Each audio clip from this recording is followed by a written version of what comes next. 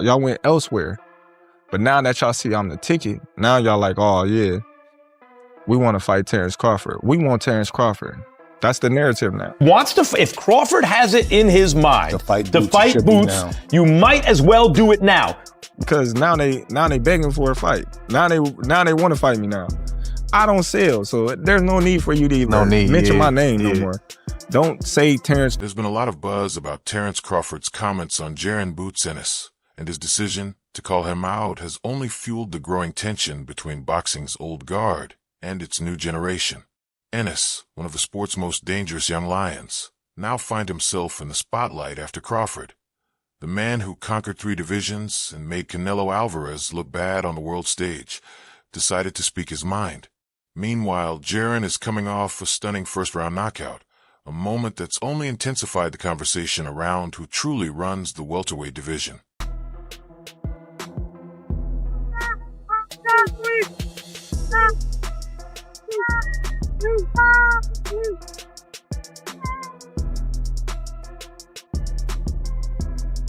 He's not just making noise, he's making a statement. In the super middleweight division, no one is safe. But just when fans thought this dream matchup might actually happen, Crawford's camp fired back, leaving everyone stunned. This is going to be big. So make sure to like and follow, because we're breaking down how this quiet feud exploded into one of boxing's hottest stories. From Eddie Hearn's bold claims to Boots' icy response to Crawford's calm but cutting reply, this saga has everything: pride, history, and a little bit of chaos. Business right now, because if you're Boots, right? And I guess the thing for Canelo is, Floyd made some good money there. Canelo had a nice following. Is there a super big following for Boots outside of just the boxing world? That's what Matt's saying. The market is not that big. I know, but what I'm saying is like, so the money was like, if I'm Crawford, would I jump out there and fight? Because Boots ain't no easy fight. Jaron Ennis has always carried himself with confidence, but his latest performance turned that confidence into a roar too loud for boxing to ignore. In his first fight, at 154 pounds, Ennis dominated Osama Lima, dropping him twice in the opening round. By the time the bell rang, it didn't look like the start of a fight.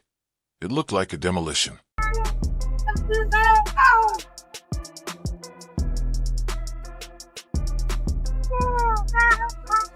Fans barely had time to sit down before Lima hit the canvas. And with that, Ennis made it clear he's a real threat at super middleweight. Within hours, social media exploded. Fans flooded X, formerly Twitter, demanding the next big showdown, Boots versus Bud. Make it happen, they said. But for Crawford, it's a high-risk, low-reward fight. Still, many believe Boots is the only fighter alive who can beat him. And the numbers back it up: 35 wins, no losses, 31 knockouts. But it's more than just a record. Ennis is young, hungry, and fearless, ready to take over the division Crawford once ruled.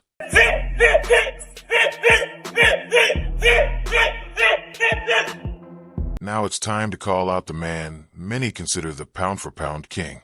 Fans went wild at the thought of Crawford versus Ennis, but one person wasn't impressed.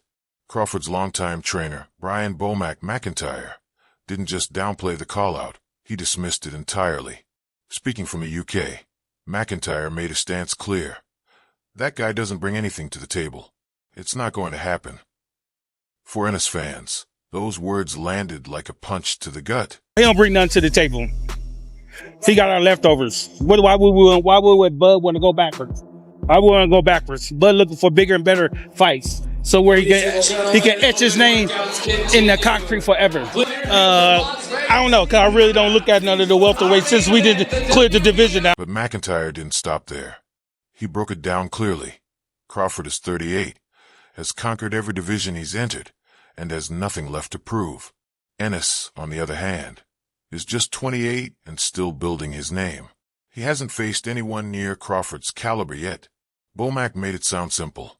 Ennis is chasing recognition, while Crawford is chasing legacy, and that legacy speaks for itself.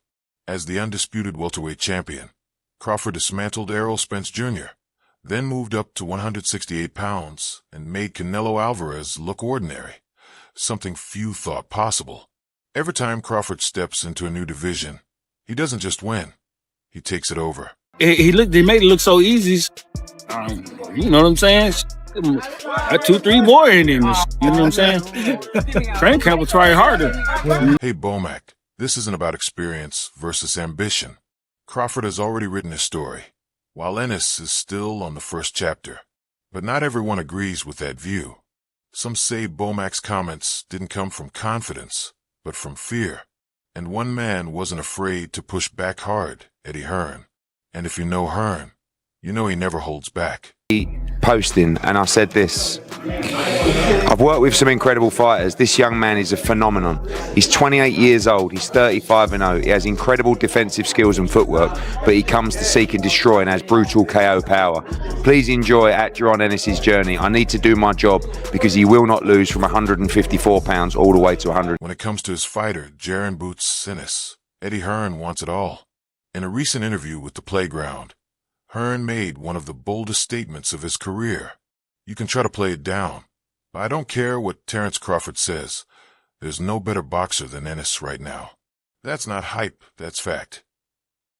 Hearn doubled down, saying Ennis isn't Crawford's successor. He's already surpassed him. He's 28. Crawford's 10 years older.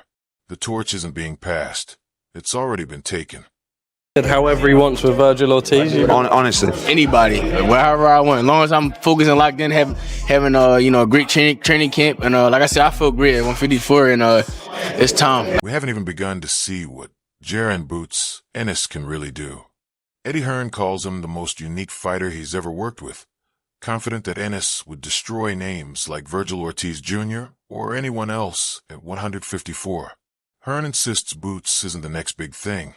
He's something entirely new. But his confidence only fueled the debate. Fans split into two camps.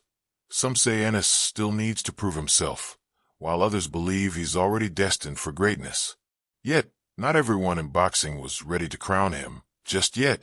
One well-known figure stepped in with a more balanced take. Fighter, I don't know about the natural sensation, whatever that is, to Terence Crawford. I think Boots is on fighter, Terence is on fighter. But when the WBC lightweight champion speaks, people listen. And this time, it was Shakur Stevenson. Known for his calm honesty, Stevenson didn't hold back when giving Boots his flowers. In an interview with Fight Hub TV, he said, "Hell yeah, Boots is a hell of a fighter, but he's his own man. Terence is his own person."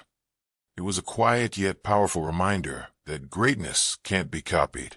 Stevenson clearly respects Ennis's talent, calling him the real deal, but warned that it's too early to label him Crawford's heir. Ennis is carving his own path, but he needs to defeat top names like Virgil Ortiz Jr., Erickson Lubin, and Jermel Charlo before claiming the throne. Fighters, I've been around Boots for years, and he's the truth. And last one for me, I'll let you go. Obviously, everyone's talking about a potential fight, you and Teofimo. Is there any updates to that? I mean, is that something that you are looking towards? Yeah, that's the fight I want. So, ain't no updates. I don't speak business until the deal is done. Stevenson's words set the tone for the conversation. It wasn't about who talked the loudest, but who could prove it in the ring. Fans were still buzzing over Ennis's knockout victory, and the spotlight quickly shifted to Crawford. The pressure was on him to respond. Love him or hate him, when Terence Crawford finally speaks, everyone listens. I don't know what I'm gonna do. Like I said, everything's up in the air right now. I'm just, enjoying my family, enjoying, to be able to say, look what I've accomplished. When Terence Crawford finally responded to the noise, he kept it simple and real. There was no trash talk or drama, just calm confidence. Ignoring all the rumors, Crawford appeared on All the Smoke with Andre Ward and made it clear he wasn't losing sleep over anyone's calls. "I'm relaxing," he said. "I'm not sure what's next." No flash, no fuss. Just a man who's already accomplished everything he set out to do. Or what I'm about to accomplish next. So, I'm just chilling right now. I haven't even got the time to sit down with my team and talk with them and, things like that. I talk with my family. I know with my family more, but, it's a team. Crawford spoke calmly about spending time with his family, reflecting on his achievements, and letting the future unfold naturally. Yet, behind those measured words was a clear message. He's not backing down. He's in control. At 38, Crawford isn't chasing validation anymore. His focus is on adding new chapters to an already legendary career. He's achieved what few fighters ever have, becoming undisputed in multiple divisions, defeating elite opponents, and building a legacy that spans generations. His tone said it all. They'll have to climb to reach me. Still, some fans wanted more action. Crawford's calm confidence only fueled curiosity, leaving many wondering if this was the quiet before the storm, or the peace of a man done seeking attention. But his camp wasn't finished talking. Soon after, the debate exploded again. Fans demanded Crawford versus Ennis, calling it the only fight that mattered. Ennis's biggest win came against Stanionis, a solid fighter, but one who only held the title after Crawford vacated it. Crawford's trainer, Bomac, made it clear.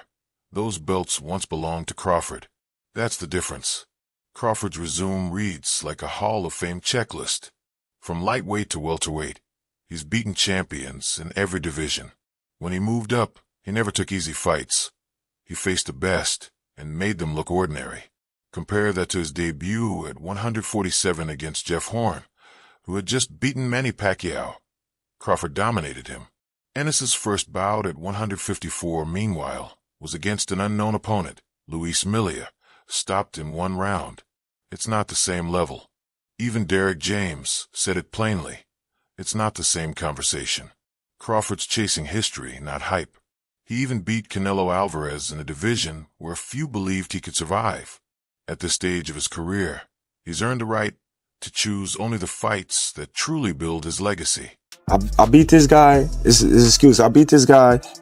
You know, he's too young or whatever. So I'm never really going to give my full respect until afterwards. Yes, you know, it's a lot of people that's changing their narrative. Like, man, y'all watching something great right now, and we not appreciating it.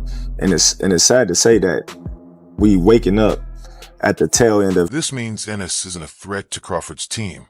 He's just in the way. But here's the twist. If the fight doesn't matter, why can't people stop talking about it?